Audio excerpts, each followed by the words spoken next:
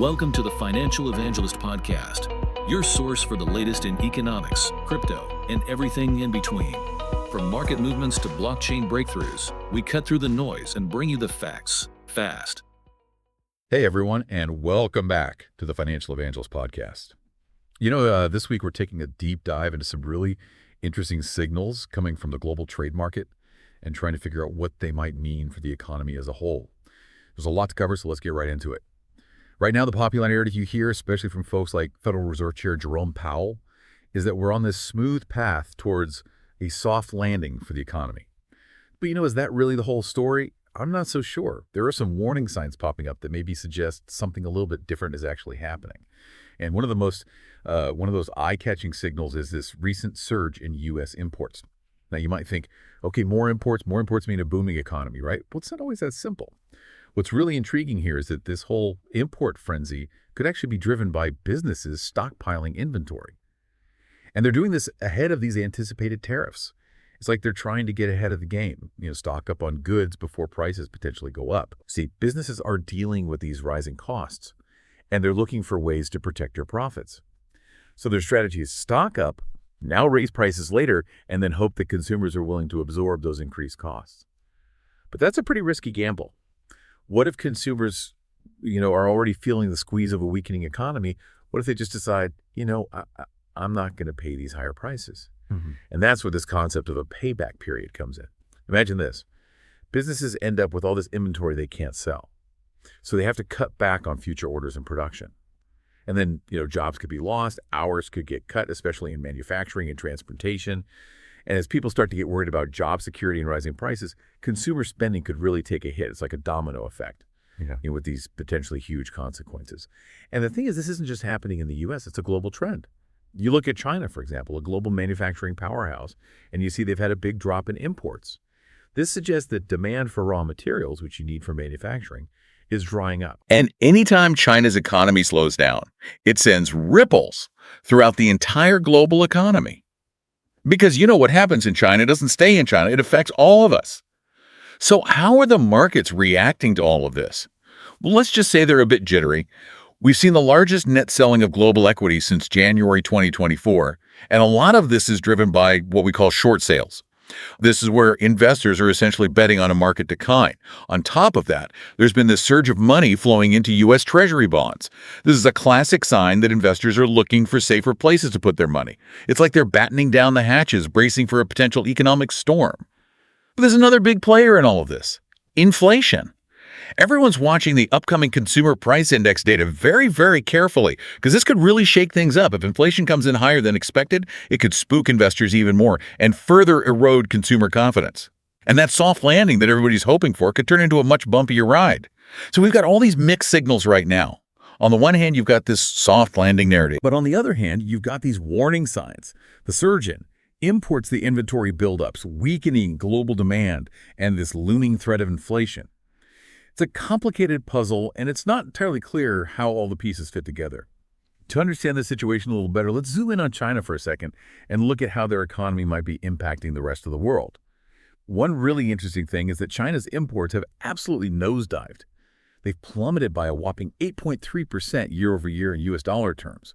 And this isn't just a little dip. This suggests that demand for raw materials, those essential ingredients for manufacturing, is drying up. Now, you might be thinking, okay, China's slowing down, but how does that affect me? Well, the truth is, when China's factories slow down, it creates a ripple effect throughout the entire global supply chain. So what's causing this slowdown in Chinese imports? It's likely a mix of factors. You've got the aftershocks of last year's tariff-driven buying spree, where businesses stocked up on goods to beat the tariffs. This created this kind of artificial surge in demand. But now that artificial high is fading, and we're entering what could be a pretty rough payback period. And adding to that, you've got the general weakening of global demand. It's not just imports that are taking a hit in China. Their exports, the stuff they send out to the rest of the world, are also slowing down. And this suggests that the global appetite for Chinese goods is waning. This brings us back to this idea of an inventory recession. We've talked about how the payback period could be even worse this time around. Well, China's economic slowdown is a big part of that equation. Their reduced demand for goods creates this ripple effect throughout the entire global supply chain. And this could lead to a surplus of unsold inventory. Then businesses feel pressure to cut prices and reduce production. And ultimately, that could lead to job losses, It's a cycle that can spiral pretty quickly. Let's bring it back to the US now and focus on some domestic indicators that are raising some eyebrows. One of the most concerning signs is the recent weakness we're seeing in the labor market. There's been a pretty significant drop in full-time jobs, with many of those positions being switched to part-time roles or just disappearing altogether. This suggests that this payback period we've been talking about is already starting to have an impact on American workers. And if you need more evidence that this slowdown is real, just look at the energy markets. Oil prices have fallen to their lowest point in years, a clear sign that demand for energy is weakening as economic activity cools down. This decline in oil prices isn't just a number on a screen, it's a real-world reflection of a potentially slowing economy, and it's something we need to pay attention to. So we've got this combination of troubling signs, the surge in U.S. imports driven by tariff fears, the slowdown in Chinese demand impacting the global economy, and this weakness in the U.S. labor market reflected in those slumping oil prices. That's a lot to process, I know. And it raises this crucial question. Is that soft landing scenario everyone's hoping for still realistic? Or are we in for a much more turbulent economic ride? To try and answer that question, we need to look at how investors are reacting to this wave of economic uncertainty. And let me tell you, they're not exactly oozing with confidence. We've seen the biggest sell-off in global equities since January of 2024, which is a pretty clear sign that investors are getting spooked by what they're seeing in the economy. But here's where it gets even more interesting. It's not just the big institutional investors or hedge funds driving this selling. A big chunk of this net selling is actually coming from short sales, meaning investors are actively betting that the market is going to decline. They're not just taking their money out, they're positioning themselves to profit from a downturn. That's a pretty bold move, and it reflects their assessment of the current market climate. And it doesn't stop there. We're also seeing this big jump in money flowing into U.S. Treasury bonds. That's a classic move when investors get nervous. They tend to flock to assets that are seen as stable and secure, and U.S. Treasury bonds definitely fit that bill. This flight to safety is another sign that investors are bracing for potential market turmoil, and it's definitely a trend worth watching. So you've got investors selling off equities, shorting the market, and moving into those safe haven assets. It all points to the possibility of some serious market volatility in the coming months. It could be a wild ride. And to add another layer of complexity, there's inflation. Like we mentioned earlier, everyone's keeping a very close eye on the upcoming consumer price index data. This data could really make or break the soft landing narrative. If inflation comes in hotter than expected, it could trigger a wave of selling in the markets. Investors would start worrying about how the Federal Reserve is going to respond and the possibility of higher interest rates. And that could really damage consumer confidence, which could then become a bit of a self-fulfilling prophecy, leading to an economic slowdown. So we've got this convergence of factors, a global economy that might be slowing down, financial markets that are definitely jittery, and the ongoing threat of inflation. It's a lot for investors to process, and it's creating this climate of fear and uncertainty. Now let's zoom in on one sector that's really feeling the pressure. Tech stocks. These were once the darlings of the market, but they've been struggling lately, and there are a few reasons for this. They're facing the same headwinds as the rest of the market. The slowing economy, rising interest rates, and all the geopolitical uncertainty. But they're also dealing with some issues that are specific to the tech sector, like increased competition, more regulatory scrutiny, and concerns about whether they're actually worth as much as people think they are. Remember those huge corporate share buybacks that were helping to prop up the market? Well, tech companies were some of the biggest players in that game. But with a blackout period coming up, those buybacks are going to dry up, and that's going to remove a key source of support for tech stocks. To make matters worse, we're seeing technical indicators flashing some warning signs. The percentage of NASDAQ Q stocks that are above their 200-day moving average has dipped below a critical threshold, and that suggests that momentum is shifting to the downside. This combination of fundamental and technical factors doesn't exactly paint a rosy picture for tech stocks in the short term. And since they make up a big part of the major indices, their weakness could potentially drag down the entire market. So if you're heavily invested in tech stocks, you might want to buckle up because it could be a bumpy ride. Now let's look at another market that's sending some mixed signals, the bond market. Typically when investors pull back from stocks, they look for safety in bonds, and that usually pushes bond prices up and yields down. We are seeing that trend to some extent with more money flowing into U.S. Treasury bonds. But here's the thing. Bond yields haven't fallen as much as you might expect given all the turmoil in the market. This suggests that there are these conflicting forces at play in the bond market. On one hand, you have investors looking for safety, which pushes yields down. But on the other hand, you have concerns about inflation, and the possibility of the Federal Reserve raising interest rates, and that would push yields up. This kind of tug of war between those seeking safety and those worried about inflation is creating a lot of uncertainty in the bond market. It's hard to say for sure where yields are headed next. So if you're looking for a clear signal from the bond market, you might be disappointed. It's a pretty murky picture right now. And how this battle between fear and inflation plays out is going to have a big impact on the economy as a whole. Now let's talk about gold. Gold has always been considered a safe haven asset. It tends to do well when investors get nervous. And with all the uncertainty we've been discussing, it's no surprise that gold has been attracting some attention lately. But the question is this just a temporary flight to safety? Or is gold about to take off on a more sustained rally? The answer might depend on what happens with inflation. If inflation keeps rising, gold could benefit because investors will be looking for ways to protect their purchasing power. But if inflation cools down, or if the Federal Reserve takes some really aggressive action to fight it, then gold might lose some of its shine. So if you're thinking about adding gold to your portfolio, it's important to carefully consider the potential risks and rewards. It's not a one-size-fits-all solution, and how it performs will depend on a whole bunch of economic factors. Let's take a closer look at one part of the gold market: gold miners. These are the companies that actually dig the gold out of the ground, and their performance is closely tied to the price of gold. If you're bullish on gold, you might be tempted to invest in gold miners as a way to increase your exposure. But before you jump in, there's some things to keep in mind. First of all, gold miners are inherently risky investments.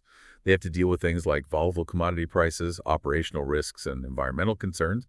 And second, their stock prices don't always move in the same direction as the price of gold. Sometimes they do better, sometimes they do worse. So if you're thinking about investing in gold miners, it's really important to do your research and understand the risks involved. Okay, so with all these factors kind of swirling around, we need to address the elephant in the room, right? Is a soft landing even possible at this point?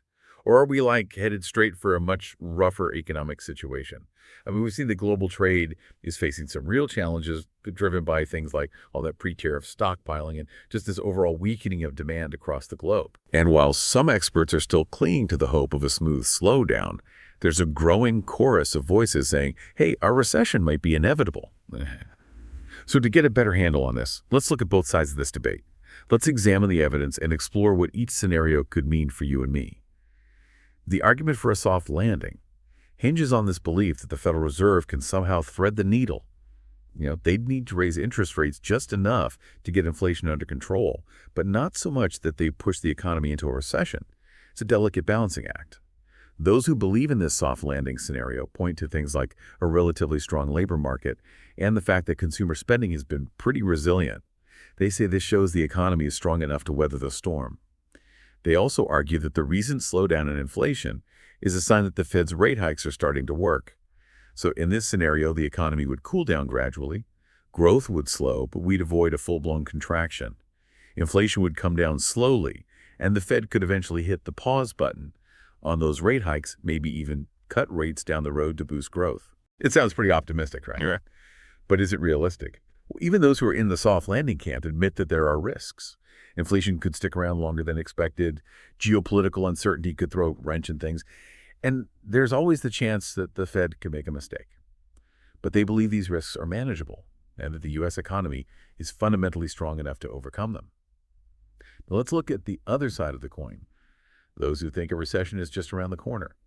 They point to all those warning signs we've been talking about, the global trade slowdown, the weakening consumer demand, and all those red flags coming from the energy and financial markets. They argue that the Fed's aggressive rate hikes, while necessary to fight inflation, are probably going to have a delayed impact, and that eventually that impact is going to push the economy into a recession. So in this scenario, we would see a sharp economic contraction. Businesses would cut back on investment, consumers would tighten their belts, and unemployment would go up. Inflation might come down at first as demand weakens, but then it could come roaring back thanks to all those ongoing supply chain issues and geopolitical tensions. It's not a pretty picture, right? And it's a scenario that a lot of economists think is becoming more and more likely. They argue that the Fed is stuck between a rock and a hard place. They have to choose between getting inflation under control and potentially causing a recession. And they're worried because the Fed doesn't exactly have a perfect track record when it comes to handling these tough situations. So where does that leave us? Is a soft landing still on the table, or is a recession inevitable? The honest answer is nobody knows for sure.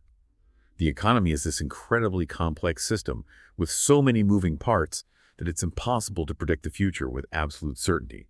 But what is clear is that there's a lot at stake, and the decisions made by policymakers in the coming months are going to have a huge impact on our economic future.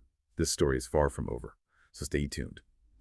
As we navigate these uncertain times, let's keep in mind the words of Mark Twain. History doesn't repeat itself, but it often rhymes. By looking at the patterns of the past and understanding the forces at play today, we can hopefully make smarter decisions about the future. As we wrap up this deep dive into the global economy and all the potential risks ahead, I want to leave you with this thought. If a recession does happen, how prepared are you going to be? I know it's not the most fun thing to think about, but it's an important question. By planning ahead and considering different scenarios, you can put yourself in a better position to handle whatever economic challenges come your way. And hey, be sure to subscribe to the Financial Evangelist podcast for more insights and analysis as this whole economic story unfolds. Now, I know all this talk about a potential recession might make you want to crawl under a rock and hide. I get it. But here's the thing. Knowledge is power. The more we understand about these economic forces, the better equipped we'll be to make smart decisions and navigate the challenges ahead. So instead of panicking, let's channel that energy into being proactive. What can you do to prepare for a potential economic downturn? Well, first things first, take a good look at your personal finances. Do you have an emergency fund? Are you managing your debt wisely? Are your investments aligned with your risk tolerance and your time horizon? If not, now is the perfect time to get your financial house in order. Think of it like preparing your home for a big storm. Next, think about your career and your job security. Are you in a field that's likely to be affected by a recession? If so, it might be a good idea to explore other career paths or develop new skills that are in high demand. It's like diversifying your human capital, just like you would diversify your investment portfolio. And lastly, don't underestimate the power of community and support. Talk to your friends, your family, your financial advisors about what's on your mind. Share information, brainstorm ideas, and offer support to each other. We're all in this together, and by supporting each other, we can get through whatever economic challenges come our way. So that's our deep dive into the latest economic trends, the potential risks, and the opportunities that are out there. I hope this has been helpful and informative. Remember, knowledge is power. And by staying informed and planning ahead, you could face whatever economic challenges come your way. Fine. And don't forget to subscribe to the Financial Evangelist podcast for more insights and analysis as this economic story continues to unfold. Until next time, stay informed, stay vigilant, and most importantly, stay optimistic. We'll get through this together. All right, let's switch gears a little bit and talk about something a bit more, down to earth. Let's talk about wheat. Now, you might be thinking, wait, wheat? What does that have to do with all this other stuff? But trust me, it's all connected. So wheat, this essential grain that everybody needs, has been seeing some pretty big price jumps lately. And there are a few reasons for that. You've got the war in Ukraine, which is a huge wheat exporter, and that's really messing with global supplies. Then you got some funky weather patterns that have been hurting harvests. And then on top of all that, you've got this strong global demand for wheat that just keeps going up. All those things together, well, they're pushing prices higher. But here's the thing about wheat prices. They can be really volatile. I mean, they can swing up and down pretty dramatically depending on what's going on with supply and demand. So if you're thinking about investing in wheat, you got to really understand those dynamics. You got to keep a close eye on what's happening in Ukraine, because if that conflict drags on, it's going to keep affecting global wheat supplies, and that's going to keep putting upward pressure on prices. And then you've got weather patterns. Those are super important too.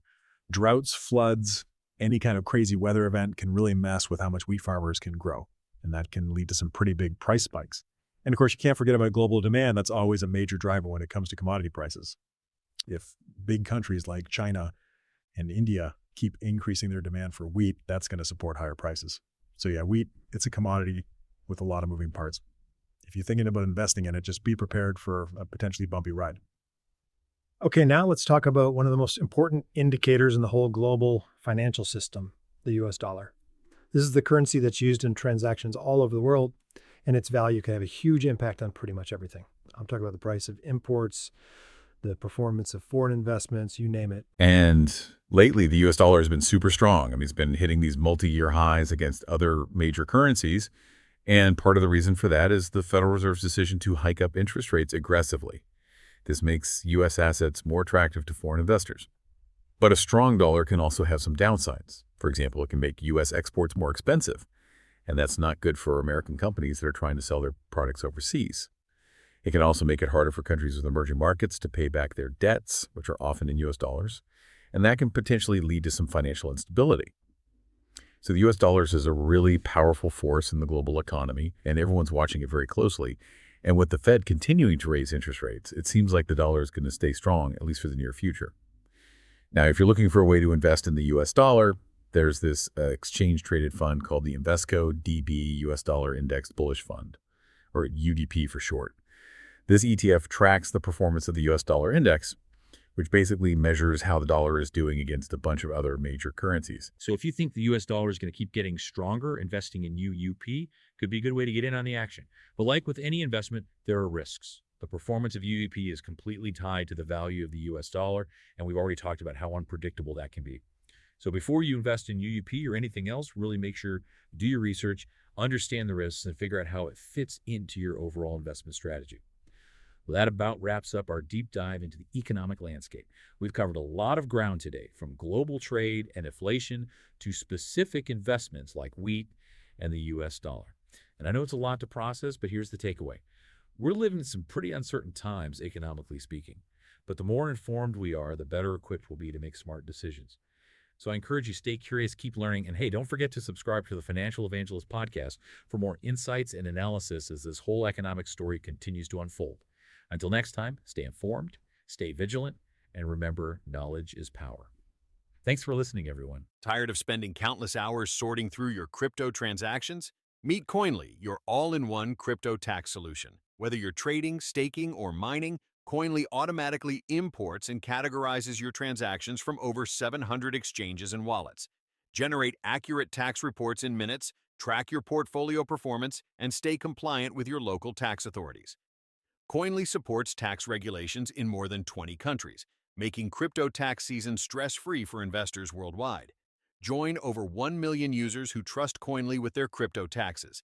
Visit the link in the description to get started today and receive 20% off your first tax report.